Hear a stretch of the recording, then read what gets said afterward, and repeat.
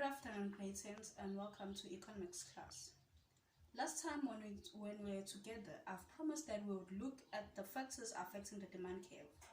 But before we move there, I would like us to look at this. I would like us to look at the slope of the demand curve, if it's downward sloping or upward sloping. Can anyone take a guess? Yes, Senzo? Yes, it is downward sloping. The curve of the demand curve is a downward sloping curve. That means that when the price is up, you see, there's zero that is demanded, and when the price is low, we demand more of that good. So that's why it's downward sloping, because there is an inversely related relationship between the price and the quantity demanded. Okay, now we'll look at the factors affecting the demand curve. The first factor is the price. However, the price moves along the demand curve. It doesn't shift the demand curve. It's a movement along the demand curve. But now what I'm going to explain, the factors affecting the demand curve. These ones can either shift the demand curve, they can either shift from the normal curve to downward, or they can either shift upward. And we'll look at these factors. The first one is we'll take a look here at the short clip from the YouTube, which is discussing the factors affecting the demand curve. What makes us want to buy more apples or fewer apples? Prices. At $2, we'll say, nah, it's too expensive. Let's just get one. But if price drops to $1, we'll say, cool, let's get 3 apples now.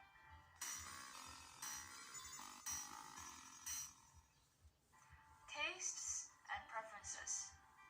Hey, I saw an advert today. Apples are good for health. All of a sudden, I want to buy more apples. When tastes shift towards apples, demand for apples increases. Price of compliments.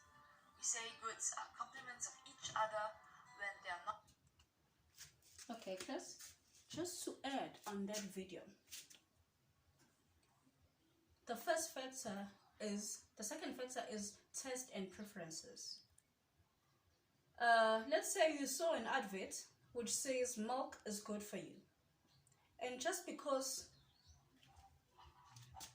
you've saw that advert that it's good for you, so you want to buy more of that product, so it shifted the demand curve upward. And then the second factor will be a price of complements goods. Complements goods are the price are the products which goes, like, you can't have the other one without having the other one, just like tea and bread and jam, printer and cartridge. So what happens when the price of one of those goods go up? Let's say the price of bread goes up. When the price of bread go up, let's say it becomes cheaper, that means you will also buy more of the jam, because it goes together. So it can have both upward shift or downward shift with the complements goods. And then we have price of substitutes. We currently here in South Africa have a good case there with Nando's and Pedro's. Those are the substitutes because they give you the same satisfaction. They almost even taste alike. So when the price of Nando's goes up, you will buy more of Pedro's, because you will still get the same satisfaction that you will get from the Nando's. That's what price of substitutes means. And then you will have your income. Here, when your income increases, there's a theory or assumption that when your income increases, you will like to demand more of the luxury good that you were not able to afford them, and then you'll demand less of the inferior good.